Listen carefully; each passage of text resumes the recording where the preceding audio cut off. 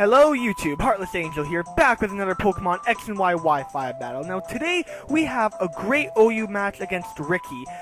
This is a new team, new OU team that I made, and I have to say it works really well. I am kind of going against my try not to use legendaries rule, and in fact I'm using two legendaries here, but these two legendaries just work so well with the team I have to use them. So I do start off with my physical Thunderous, and I go for a knockoff. I don't know if the first turn crit mattered, but the Jellicent does go down. His Cursed Body does activate, allowing, blocking me from using knockoff again. He does come back into the Greninja, and, you know, I decide to switch out, not wanting to take an Ice Beam, and switch into Empoleon, knowing Empoleon is my best switch into an Ice Beam from a Greninja. In fact, Empoleon pretty much walls Greninja.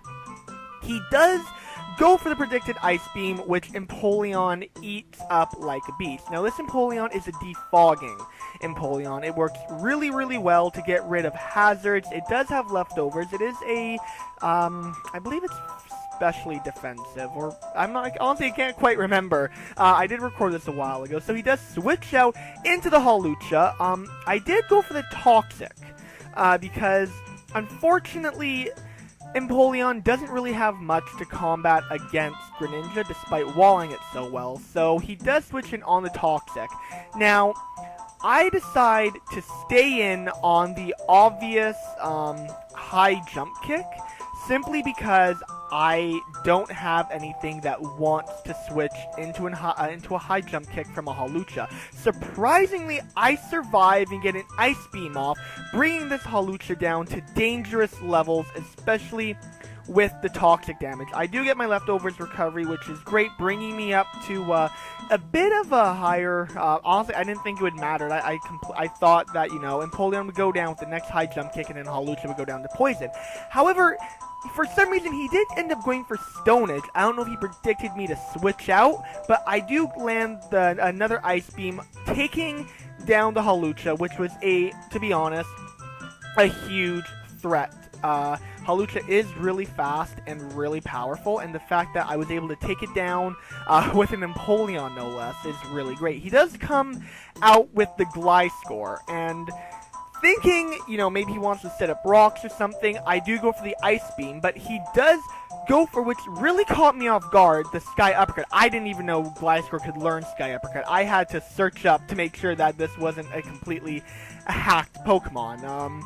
But no, Gliscor can learn Sky Uppercut, which is really great. I think that's a really cool move for Gliscor to use. You never see it. So I do come into my Life Orb Weavile, and I do land the Ice Punch. I don't know if this crit mattered either.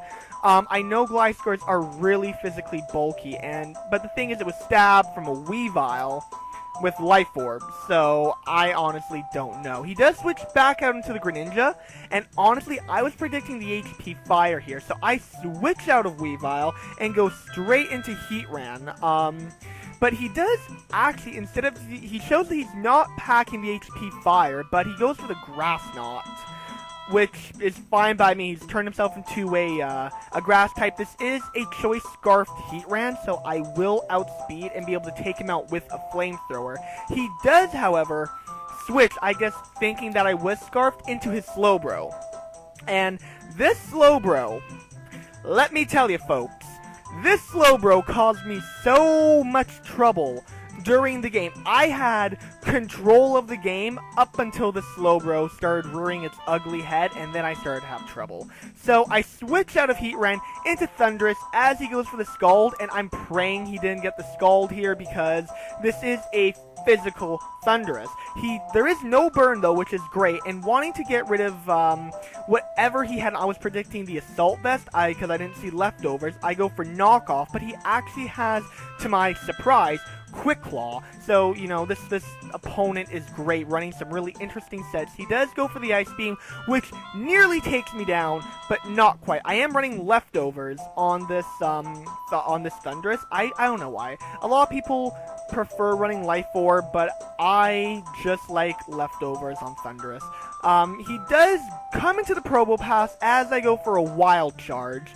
It does an okay amount, and the recoil, surprisingly enough, will not take me down. I will be able to get some leftovers recovery back up, and the next turn I go for a superpower, taking out the Probopass, which, you know, I know Probopass is really low. I think it's NU or RU, I'm not sure. So I don't really know what this Probopass wanted to do, but I just had a feeling, I don't know, it seemed like it would be the type of Pokemon to set up Stealth Rock or something like that. So the superpower does take it out, which is great. I do get myself back up to 24. I mean, this Thundurus is pretty much done its job. I'm just letting it stay in to die. He does switch back into the Slowbro. And now, I can't remember why. I think I switched out predicting the Ice Beam and wanting to save Thundurus for later, for when the Slowbro had lower health, so I could kill it with an Ice Charge. A Wild Charge. He does go for the Ice Beam, which doesn't do anything to my Weavile, and predicting the knockoff, he switches out into the Greninja, knocking off the Greninja's Life Orb. I don't know if I mentioned earlier, but he is running the Life Orb on this Greninja. The Greninja does survive, being currently a Dark type. I was a little cocky here. I thought from this range an Ice Shard would be able to kill, but that's not the case, and he is able to go for a U-turn, solidifying the fact that he's not running HP Fire on this Greninja. So he does go for the U-turn, taking Weavile down, which is really, really unfortunate, because this Weavile was, oh my god, this Weavile is amazing. I love Weavile. This shiny Weavile is actually what's the word I'm looking for?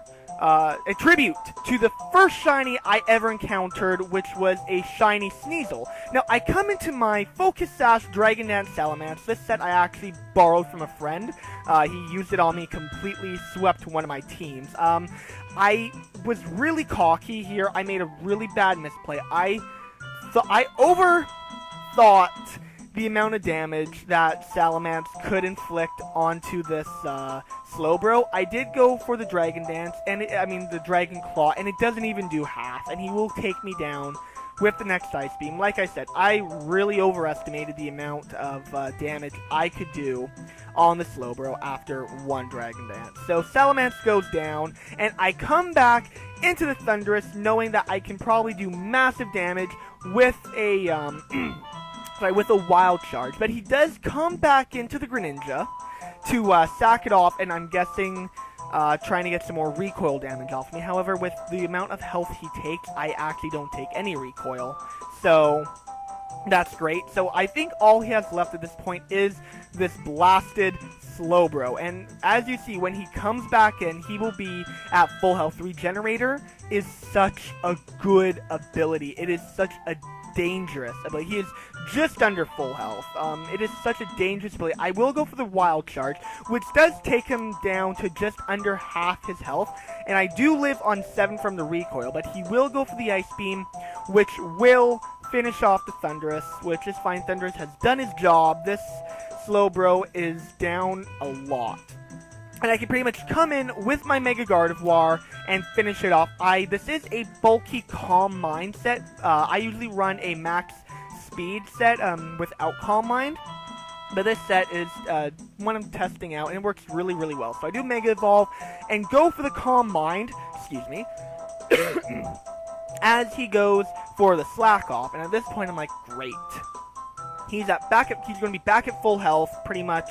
I don't know if I can one-shot this thing. I'm praying I can at least two-shot it with a +1 Hyper Voice.